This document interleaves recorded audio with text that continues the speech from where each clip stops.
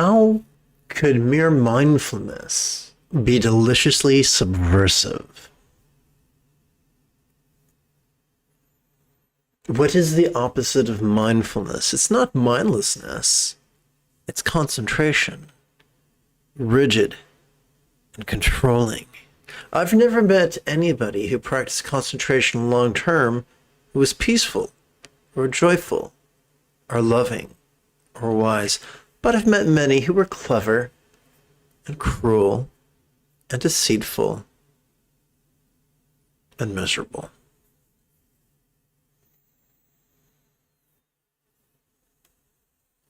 You see, my friends, when the 81 poems of Lao Tzu's Tao Te Ching speak of yang and yin, they're not referring about medical yang or yin or botanical yang or yin. They're talking about philosophical yang or yin.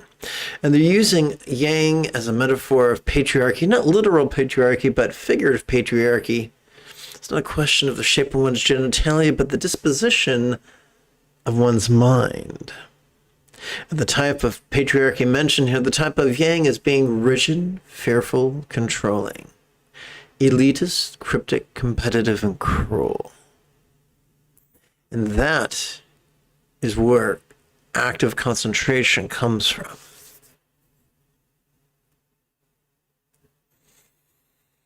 When we forsake our rigidity, when we forsake our controlling tendencies, we will find it impossible to concentrate, and that's a good thing. What is concentration other than saying, I'm going to focus on this thing right here and everything else can fuck off?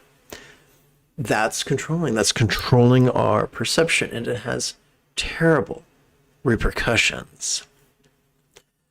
But we can do the opposite. We can embrace radical vulnerability. No, literal matriarchy is not much better than literal patriarchy, but figurative matriarchy is amazing. Figurative matriarchy, yin, is about being flexible, loving, laid back, egalitarian, lucid, cooperative, and kind.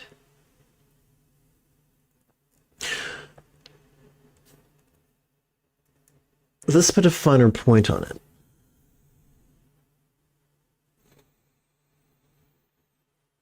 When mindfulness is performed correctly, instead of being rigid and controlling, we are vulnerable, passive, visceral, and random. The opposite of patriarchy. And that's why we call it a radical vulnerability. And yet, one of the greatest ironies is that this is the key not only to enlightenment, but a rapid enlightenment. We're not talking about multiple universal cycles. We're not talking about multiple lifetimes. The Buddha taught in the final chapters of the Satipatthana Sutta that full enlightenment could be accomplished in a week. Perhaps that is why in later centuries, teachers metaphorically refer to it as instant or pre-existing enlightenment. It was such a shock compared to what they'd been taught. Let us review the physiological component of mindfulness, why and how mindfulness is actually possible. Every time we inhale, whether we know it or not, we are accessing our sympathetic nervous system, which has evolved to perceive vulnerably, passively, viscerally, and randomly. So here is the great irony. All we really have to do, see, this mechanism of our sympathetic nervous system is already ensconced within the thoracic region of our spinal cord. It's already there. We don't have to install it. We don't have to buy it. We don't have to download it. It's already in the body of every healthy, living, vertebrate life form on the planet. So here's the final irony. Mindfulness is easy, but it's difficult. How is it difficult? Because we have to take a break from our controlling tendencies. We have to get out of our own way and simply align our intention with the factory installed wiring of our autonomic nervous system. And the great irony is that when we do, enlightenment can be far-reaching, rapid, and easy. But people, regardless of the level of their education, tend to be so controlling and so fearful and so distrustful of their body's own natural mechanisms that we live in perpetual and exhausting resistance to the very mechanisms that are supposed to make our life easier. And that puts me in remembrance of one of the short soliloquies of Morpheus in the 1999 movie The Matrix. And I'm going to paraphrase it poorly, so bear with me. These are the very people we're trying to free, and yet they are so dependent, so inured on the system that is exploiting them, that they will fight you rather than be freed from it. Now I'm back to Jigme again. Similarly, most people, and understandably so, are so frightened and so beat up and so battered by life that they will resist the very mechanisms that evolved to make life not only tolerable, but beautiful.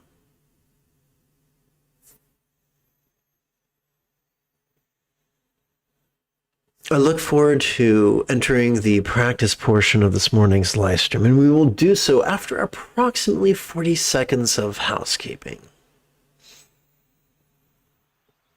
This is Lama Jigme Gyatso of the Buddha Joy Meditation School. For more than half my life, I have worked full-time, studying, practicing, and then reverse engineering the teachings, practices, and techniques of each school of Taoism and Buddhism so that I could play the Yoda to your Luke Skywalker, so that you could quickly and easily become the person that your dog already thinks you are.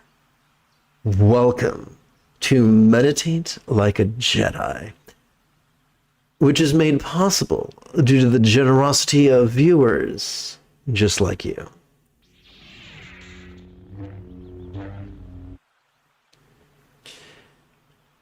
According to the teachings of Yongjie Zhuangzhui and Prahe Vajra, no less Dojum Jigdral Rinpoche, prayers are not required. Ritual is unnecessary. And yet, many people like structure.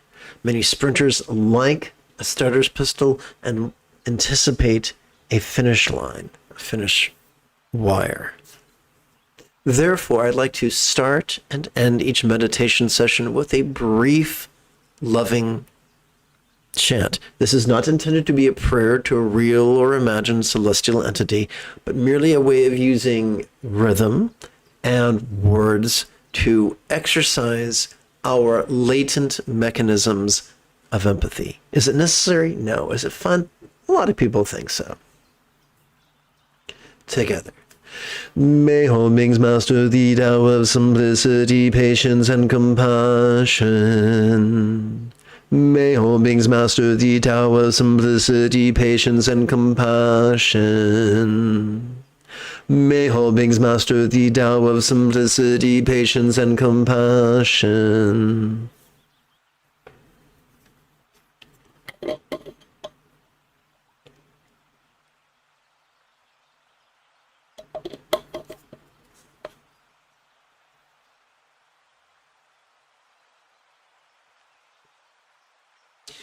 At last, let us review the basic instructions for mindfulness and meditation, which are known by many things, including Zen, Proto-Zen, Shan, Dhyana, Mahamudra. Mahasandhi, Ati Yoga, Dzogchen, and even Trek Show. And despite the fanciness and exotic nature of these words, it's very, very easy. And as I touched upon in the lesson, we'll begin with mindfulness. Every time we inhale, whether we know it or not, we tap into our sympathetic nervous system ensconced within the thoracic region of our spinal cord. And no, this diagram isn't perfectly accurate. It has evolved not for active concentration, but for mere perception that is practiced vulnerably, passively, viscerally, and randomly. This mindfulness could best be typified by inhalation's 12 syllables of perceiving this very turbulent play of mind. Bad meditation teachers, some malicious, most just lazy-minded, think that the antics of mind are bad, and what we're supposed to do is have no thoughts. And yet, neither the Buddha nor the sage taught that. What are some of the antics of mind? Well, due to mind's sensory organs, mind can see, hear, feel, taste, smell, and the like. Mind is capable of noticing emotion, intention, thoughts, memory, and imagination. Of course, this begs the question, what are we to do with all this stuff that we notice? Be it external or internal, physical or mental, pleasurable or painful, interesting or boring, glorious or grotesque? And the answer is, well, we meditate, of course, but what is that and how does it work? Every time we exhale, whether we know it or not, we're accessing this time our parasympathetic nervous system, ensconced within both the lower lumbar region of our spinal cord, as well as the tippy top of the cervical region. Or I should say, its cervical region. It's wired for both physical relaxation as well as mental release, and could be typified by exhalation's 12 syllables, relaxing into mind's non-graspable nature. Now, here's the cool thing.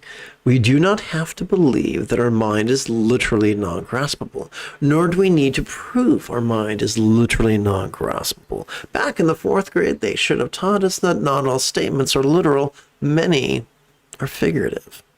Similes and metaphors and hyperbole and the like. You see, every time we relax into our exhalation, whatever we noticed during our previous inhalation can begin to feel as if it was as non-graspable as a vast empty void. It could feel as if it was as non-graspable as the illusion of the infinite azure sky on a bright and beautiful cloudless morn, which, although could be compelling to the eye, is intangible to the hand. And so there you have it. The mysterious metaphors of emptiness and no self and birthlessness and deathlessness laid bare. They all just point to the non-graspability that we experience viscerally every time we relaxingly exhale. Now I think it could be quite lovely if together as a team we meditated as transformatively as Rey on Ahch-To under the guidance of the curmudgeonly Luke Skywalker.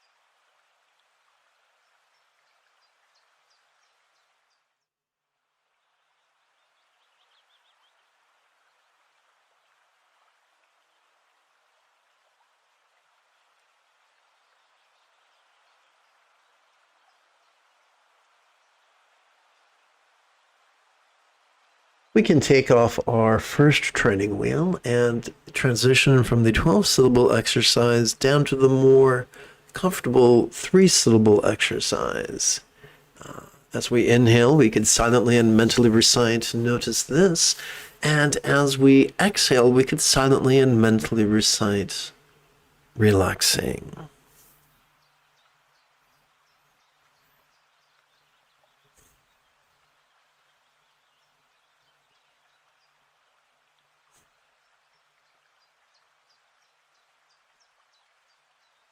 If we feel buffeted by the ambient noises in our environment, we could silently and mentally recite, "Resonance, relaxing."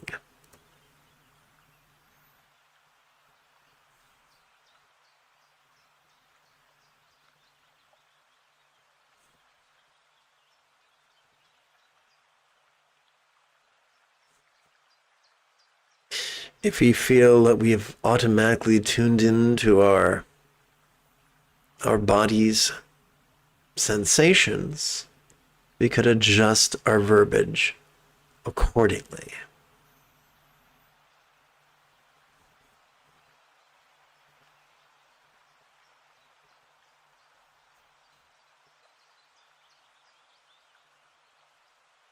Let us sidestep the trap of perfectionism, nervously trying to find the perfect label at the perfect moment. Let's give ourselves permission not to be a draftsman or an architect, but a modern artist. I guess modern was back from the 50s, but you know what I'm saying. An artist who's just going with the flow in a joyfully messy and imprecise manner.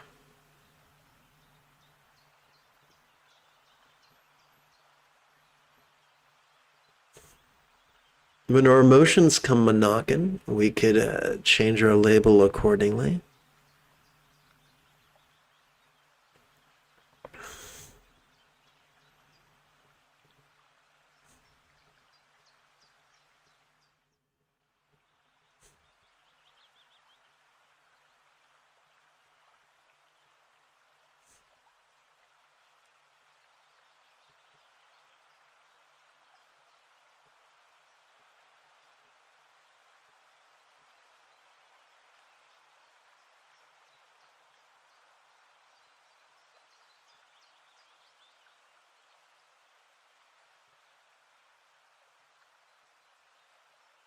We find ourselves imagining a conversation. We may want to play with cognition or perhaps imagine.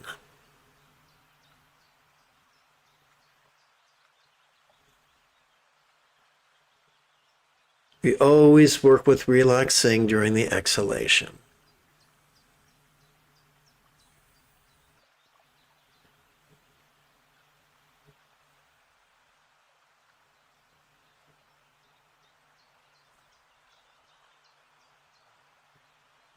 Let's take off the second training wheel and switch gears from the 3-syllable exercise to the 1-syllable exercise. This is cruising altitude, by the way. During our inhalation, if we wanted to, we could silently and mentally recite the demonstrative pronoun "this." And during our exhalation, we could silently and mentally recite the 1-syllable verb "ease," which functions as a synonym for relax.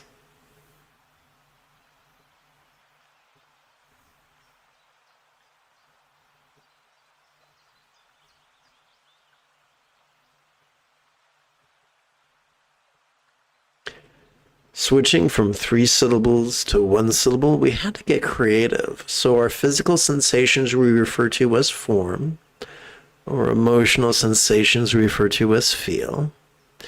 Our recollection we refer to using the preposition then. And our imagination we refer to using the verb dream.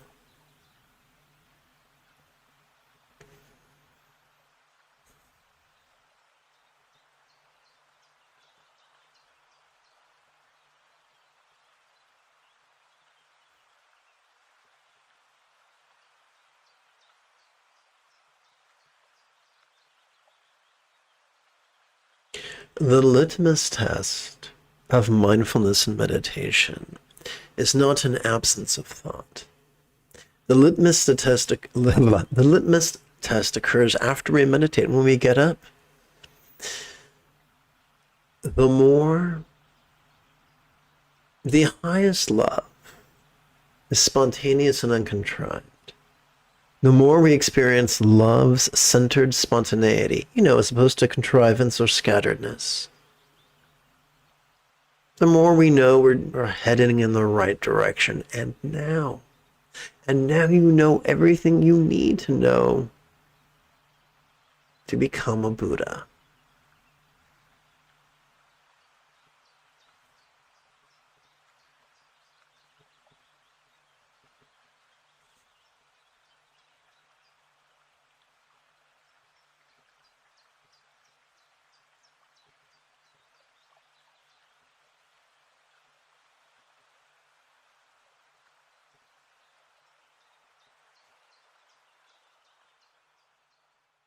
Many minions of patriarchy try to manipulate themselves and others into meditation, coercing them with promises of rewards and threats of punishment. But let's just be trenchant.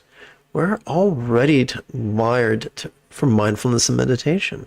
We are already wired for peace and love. We're already wired to sit occasionally. It's up to us whether we optimize our sitting or undermine our sitting. We're going to sit anyway. We're going to breathe in anyway. We're going to breathe out anyway. We'll also do it in harmony with our autonomic nervous system. And yes, we can meditate standing, walking, lying down. But 9 times out of 10, the go-to move is sitting. Don't just do that something, sit.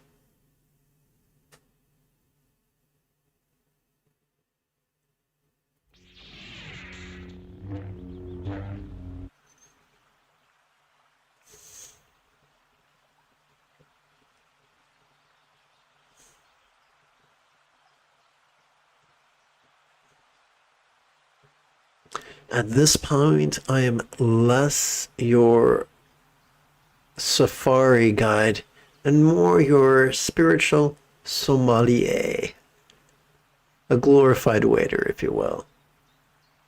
I'm sorry, server.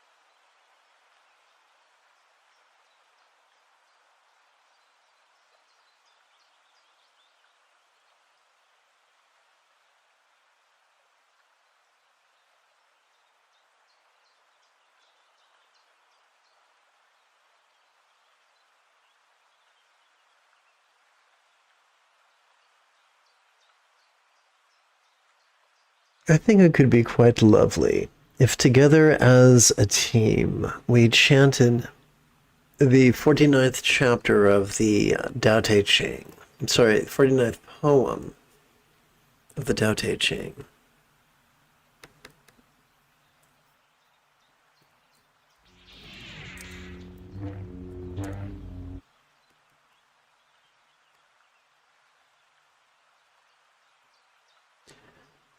The wise have no set mind, their mind is joined to the mind of the people.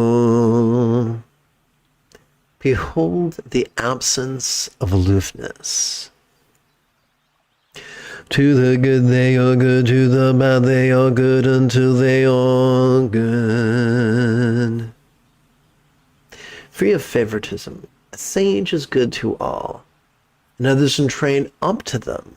This is how we change the world. To the truthful they are true, to the untruthful they are true, until they are truthful.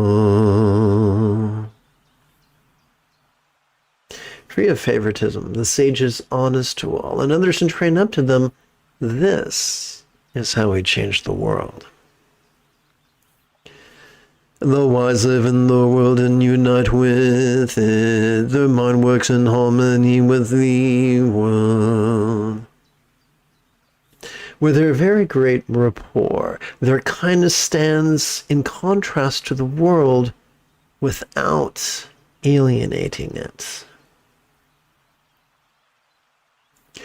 The people focus their reason eyes on them, for the wise to treat them with innocence. The empathetic, centered spontaneity of the sage allows them to act sincerely, for they are free from agenda.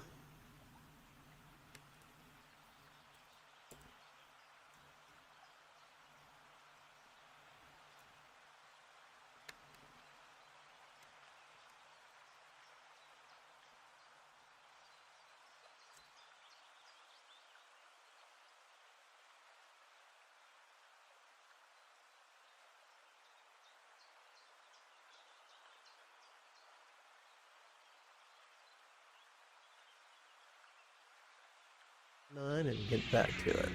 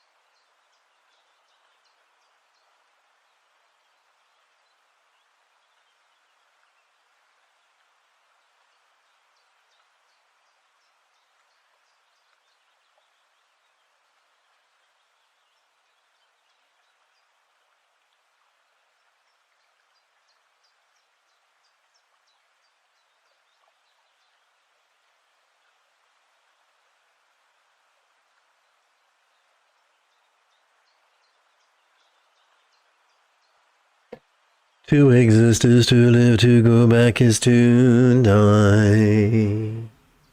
How often do we observe ourselves acting as the post-revisionist historians of our own lives? 13 companions follow life and 13 companions follow death. 13 companions are a colloquial reference to the human body. They would be, and you can count along with me if you want, the 2 ears, the 2 eyes, the 2 nostrils, the mouth, the anus, the genital organ, the 2 legs, and the 2 arms. Together, boom, you got 13. Mystery solved. Our body was present at the formation of our sense of self and will be there at its demise. Yet people who lived, take 2, yet people who live to live move toward the 13 that follow the realm of death. Why is this so? Because they live to live. If we wish to live spontaneous, carefree, and at ease, then we must cooperate with our oh too impermanent bodies.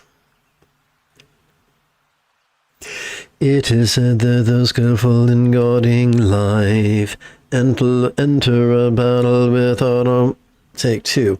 Enter a battle without armor and walk the hills unharmed by rhinos and tigers. Rhinos cannot find a place to sink their horns, nor tigers a place to fix their claws, nor soldiers a place to thrust their blades. Why is this so? Because they have no room for death. Harmony between our ever-changing mind and body, Shen and Jing, is the key to safety and good fortune.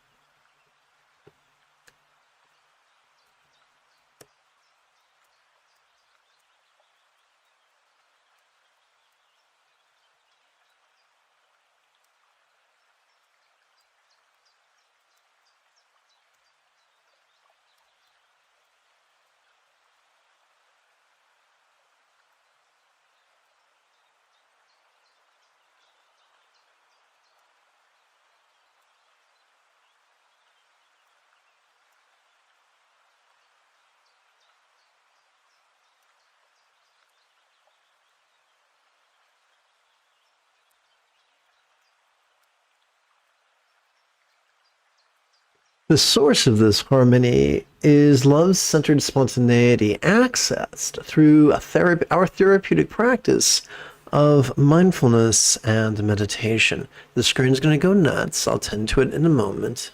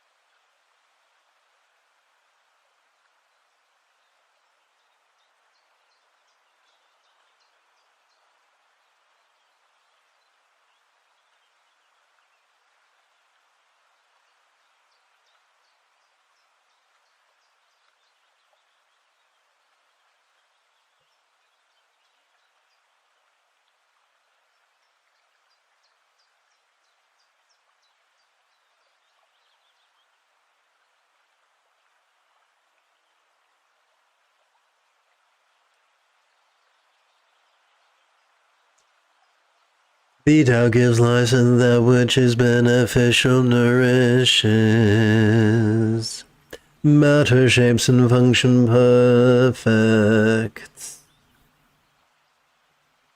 Despite the vanity of pride, both intellectual and creative, it is form that is guided by function, the stream that smooths the stone, and love-centered spontaneity that best guides our choices, utterances, and deeds.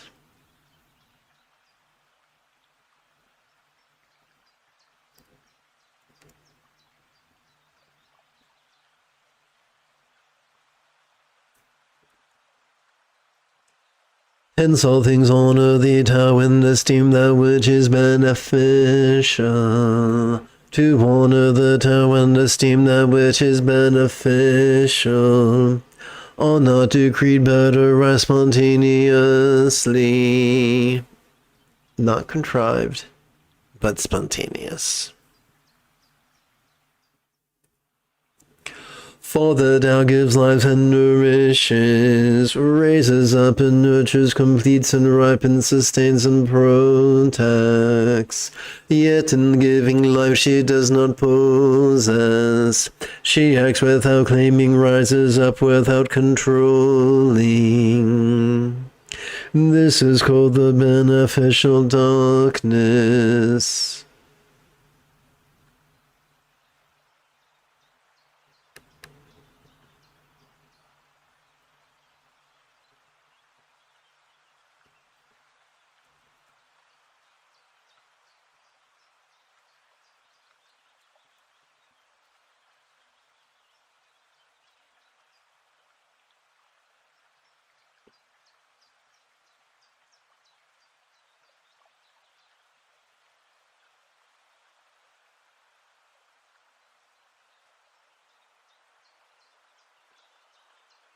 Did not the beneficial darkness infer a harmful light?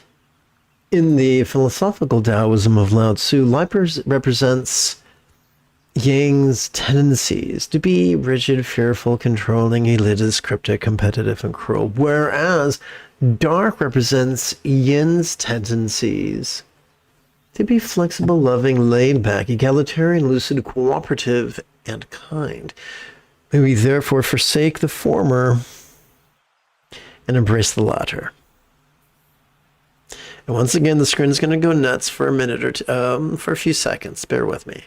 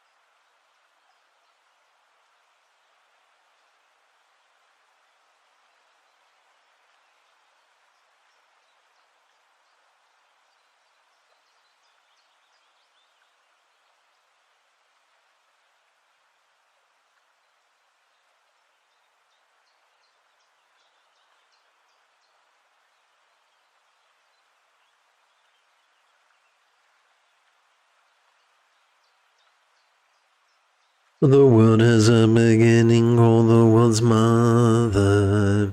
To abide in the mother is to understand her children. What if the foundation of everything was the figurative feminine principle of being flexible, loving, laid back, egalitarian, lucid, cooperative, and kind? What if being defined by this path of yin was the key to truly understanding others viscerally?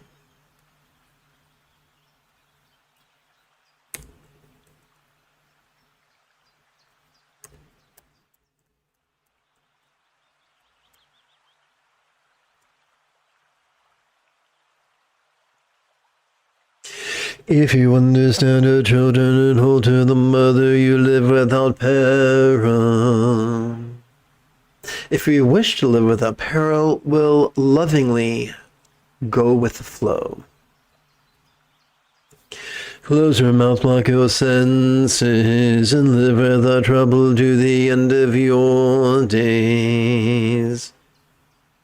We are reminded that when we let go of our controlling tendencies, we live in tranquility.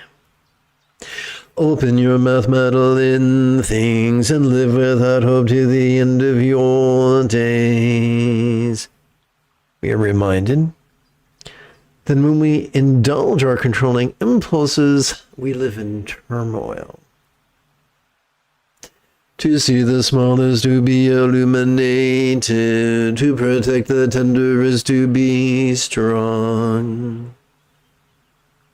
When love-centered spontaneity that is generated by mindfulness and meditation leads us to care for those who cannot benefit us, then we are on the right path. To follow the light is to return to the light and live without danger. This is called practicing the eternal.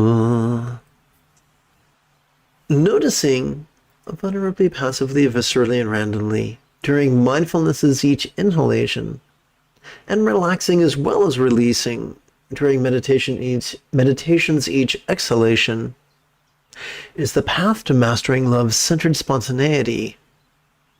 That is the path of yin. My face keeps seeing the microphone. I apologize for that. Okay.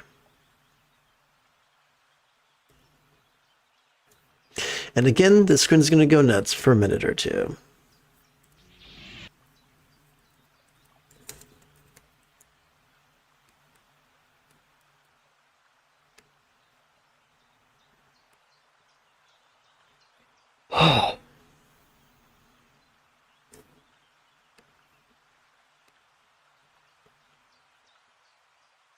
Whoops.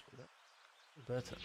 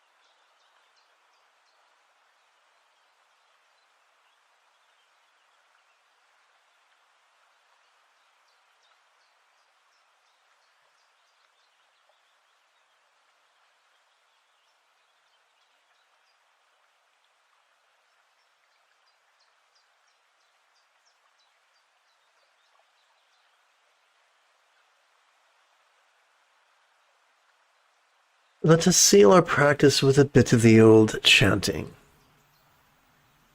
May all beings master the Tao of simplicity, patience, and compassion. May all beings master the Tao of simplicity, patience, and compassion.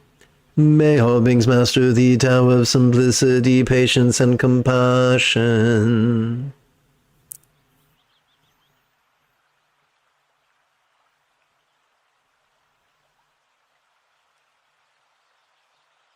If you feel I have earned it, you could give this live stream a thumbs up. You could even help support this channel.